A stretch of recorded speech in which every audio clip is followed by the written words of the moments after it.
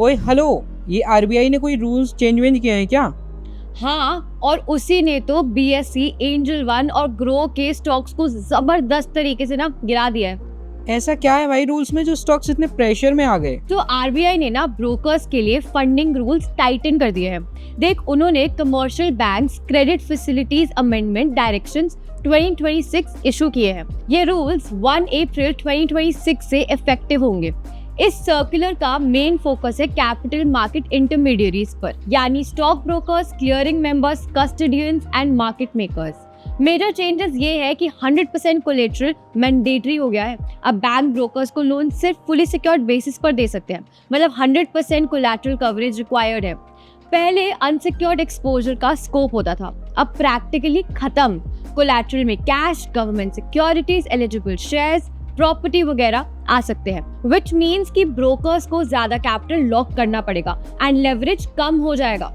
दूसरा, proprietary trading के लिए बैंक फंडिंग बंद हो जाएगी। अब बैंक्स ब्रोकर्स को अपने खुद के अकाउंट पर सिक्योरिटीज खरीदने के लिए फंड नहीं कर सकते।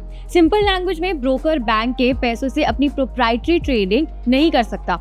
सिर्फ लिमिटेड एक्सेप्शन है मार्केट मेकिंग के लिए, लेकिन उस केस में भी सिक्योरिटीज को कोलैटरल के तौर पर काउंट नहीं किया जा सकता। ये स्पेकुलेटिव रिस्क को डायरेक्टली टारगेट करता है। तीसरा, मार्जिन ट्रेडिंग के लिए स्ट्रिक्टर नॉर्म्स। अगर बैंक ब्रोकर को मार्जिन ट्रेडिंग फैसिलिटी के लिए फंड करता है तो वो भी फुली सिक्योर्ड होना चाहिए।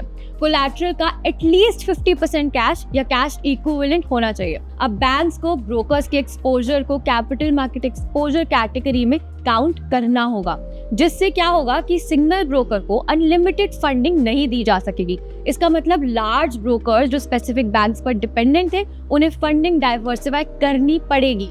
तो बीएसई, एंजल वन और ग्रो ग्रे क्यों? इनका business is directly connected to stock market activities. ज्यादा ट्रेडिंग वॉल्यूम मींस ज्यादा रेवेन्यू, ज्यादा एफएनओ एक्टिविटी मतलब ज्यादा प्रॉफिट। अगर लेवरेज कम होता है तो स्पेकुलेटिव ट्रेड्स कम हो सकते हैं, मार्जिन बुक्स स्लो ग्रो कर सकते हैं, एफएनओ टर्नओवर मॉडरेट हो सकता है। अब मार्केट जो है वो फ्यूचर को प्राइस करता है। अगर ग्रोथ एक्सपेक्टेशंस थोड़ी भी स्लो होती दिख रही हैं, वैल्यूएशन एडजस्ट होती है, इसलिए स्टॉक्स गिर रहे हैं। ये इमीडिएट अर्निंग्स कोलैप्स नहीं है, ये स्ट्रक्चरल शिफ्ट का रिएक्शन है। Investment in the securities market is subject to market risks. Read all the related documents carefully before investing.